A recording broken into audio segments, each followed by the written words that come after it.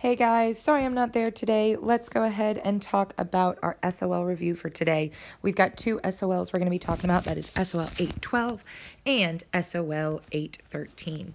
All right, so there's a lot of information here about box and whisker plots, and I'm not going to read all of it to you. You can read it through by yourself. Like I said, there's lots here, some notes, some important things to remember.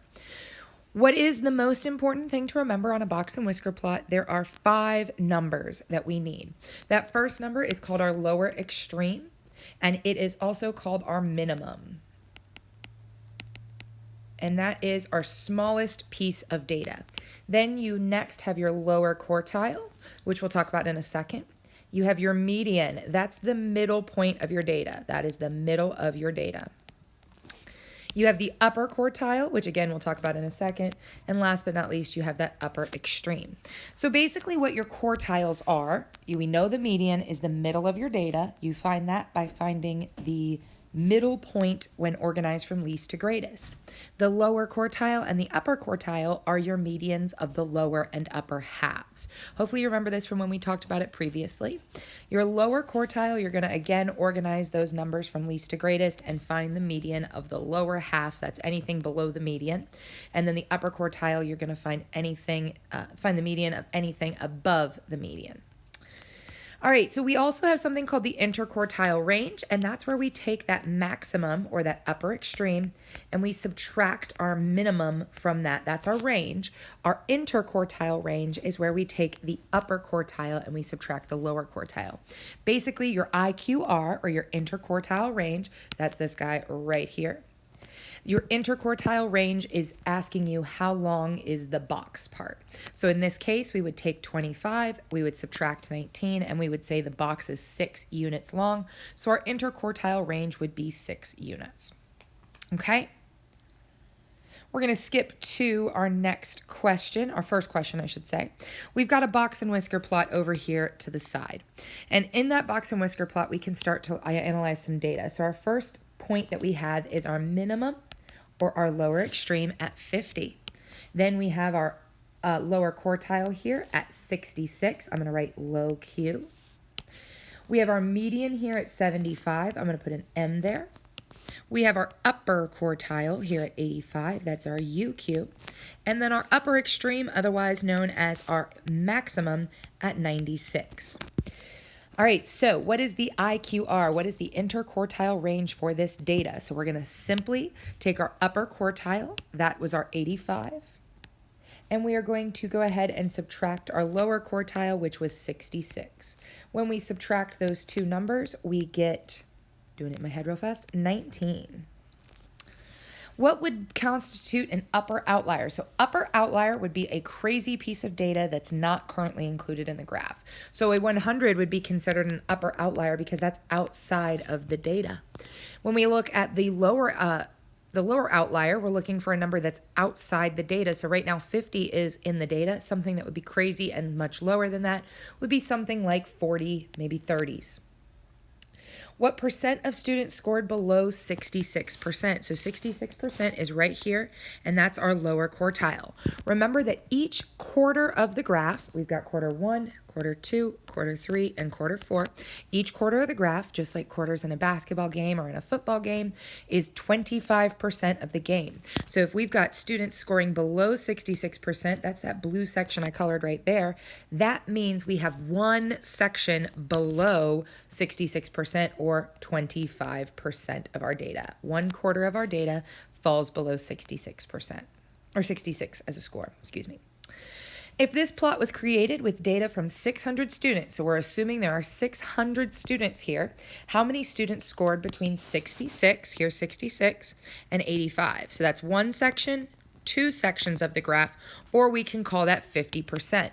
So you can think of it as 2 sections or 50%. Now that we know it's 50%, if there's 600 students, we can do half of 600 or 50% of 600 and see that that would be 300 of our students fall within that range. All right, so question number 5, they want us to go ahead and sketch a box and whisker plot. So first we need to organize our numbers from least to greatest. The easiest way to do that is find your smallest number, start there. And I like to think of all my 30s. So I've got a 39, and that's all my 30s. Now I'm going to go to my 40s. I've got a 48, 41, 48, 48, 46. So I've got 41, 48. We do need to write it multiple times since we've got 3 48s there. And oops, I forgot a 46. Let's scoot these guys over. Oh no. Scoot those guys over so we can add in our 46 that I missed. Making sure we include all of our numbers. And I like to cross them out as I go so that way I remember I got them all. 50, 51, 52. Quick little pro tip for you. I go ahead and count how many pieces of data I had originally. 1, 2, 3, 4, 5, 6, 7, 8, 9, 10. I should have 10 pieces of data when I'm done. 1, 2, 3, 4, 5, 6, 7, 8, 9, 10. If that lines up, then I know I've done my data correctly. Now I'm ready to find a median. First of all, we've got our 1 off the top, 1 off the bottom. That's how I like to think about it. We cross 1 off here, we cross 1 off here. Notice I'm not actually crossing them off because I'm going to have to use these numbers again. I just put a check mark right below them. Check 1 off the top and 1 off the bottom. We're working our way towards the middle. My median would fall between these two numbers. If it falls between two numbers, we're going to add those two numbers together and divide by 2. In this case, they're both 48, so that means my median would be 48. I'm now ready to find my lower quartile. We're again going to do the median. So we take 1 off the top, 1 off the bottom, 1 off the top, 1 off the bottom. And I see my lower quartile here at 41. I can do that upper quartile. I've got 1 off the top, 1 off the bottom, top, bottom, and I can see my upper quartile would be here at 50. Now I'm ready to find my minimum and my maximum. My minimum data point would be here at 30. That's my smallest data point. And my maximum data point would be all the way over here at 52. Now I'm going to go ahead and sketch a box and whisker plot. I've kind of given myself no room here. So let me erase some stuff here and just quickly scoot that up so we have a little bit of room. We're going to go ahead and sketch it with a number line. So we're going to put in our little number line here like that. We're going to put our median here in the middle at 48. We're going to draw a line. We're going to put a number here at 41. That's where we're going to put the other side of our box. And last but not least, we're going to put a line here at 50, and that would be our third side of the box. We're going to connect those quartiles with the median in the middle, and that's going to make the box part of our box and whisker. We put our maximum on this end at 52, and we draw a whisker to it. On this end, we're going to put 30 as our minimum, and we're going to draw a whisker to it. It should be a rough sketch. Obviously, I've only included those 5 numbers. I didn't put in all of the tick marks, so it's going to be just fine. But as long as you get pretty close to it, it's going to be great. Looking at question 6, a salesman recorded the amount of cars he sold each day for 7 days. He sold different number of cars each day. The box and whisker plot summarizes his data. The salesman only sold 6 cars on the 8th day. He redraws a box plot to include his data. Which statements comparing the new box plot and the old box plot are true? All right, so if he sold 6 cars on the 8th day, so there's one more day, he sold 6 cars. That would be what we called an outlier. And that's going to pull your box down. As soon as we pull that box down, we know that the lower medium or the lower extreme is going to be decreased. That's definitely true. I'm skipping the median for just a second. We'll talk about that in a minute. The upper extreme, that's at 17. That's not going to change. That is definitely not going to change just because we added a smaller number. The value of the interquartile range is decreased. The box isn't going to get smaller. The box actually is going to get bigger. Because we're pulling that graph a little bit further down, the box is going to get slightly larger. So that's not going to happen. The median is going to get pulled down just a little bit. The reason the median is going to get pulled down is because now we have an extra number. So it's probably going to fall somewhere closer to 11, maybe in between 11 and 12. Maybe it's even going to go as low as 10. It just all depends on the other data points in the set. Okay?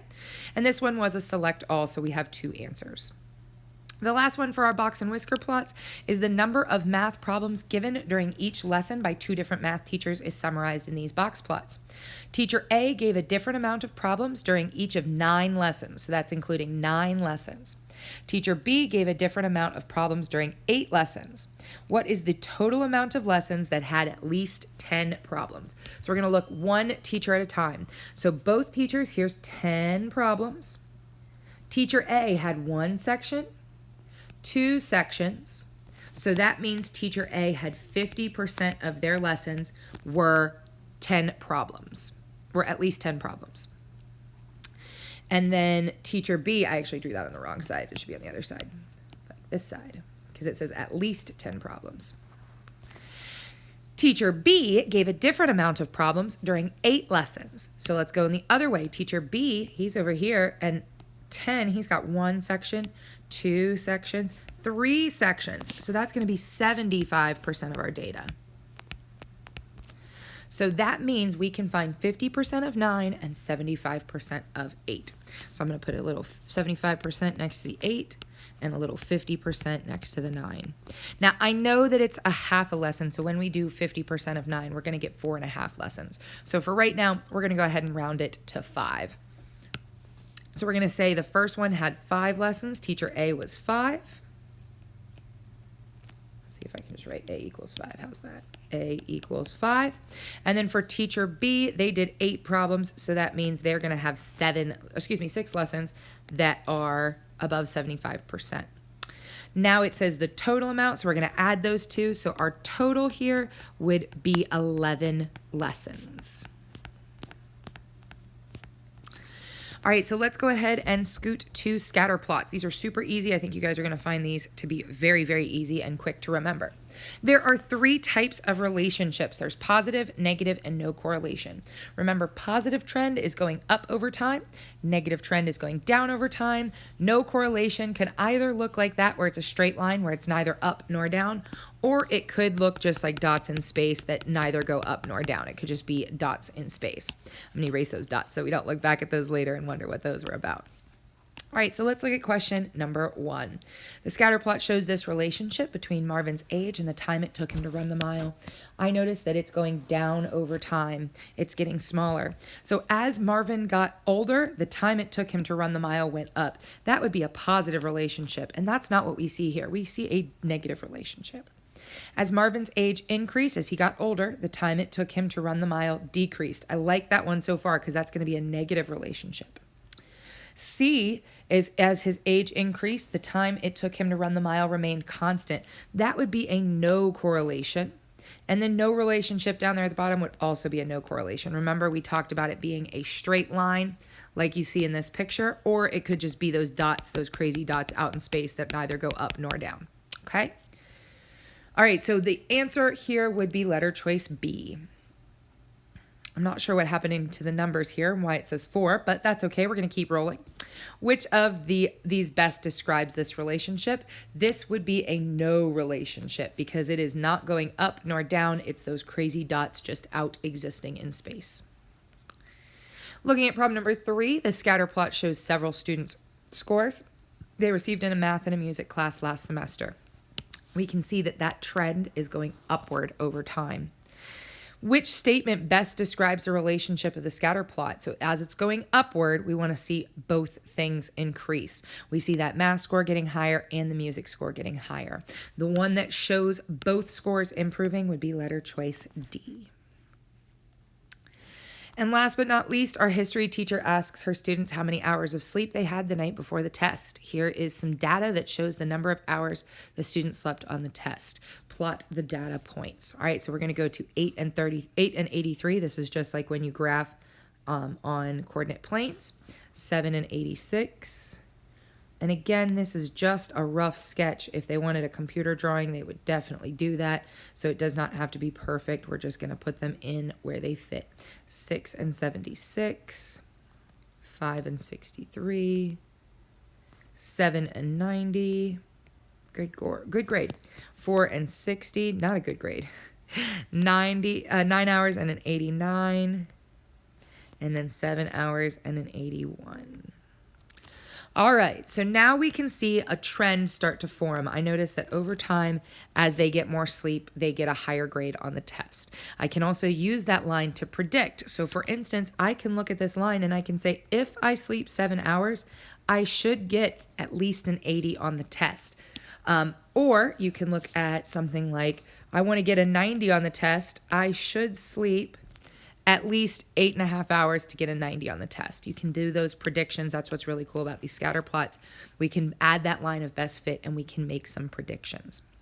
All right, friends, go ahead and get started on your homework for tonight. It is on Schoology, and I wish you all the best.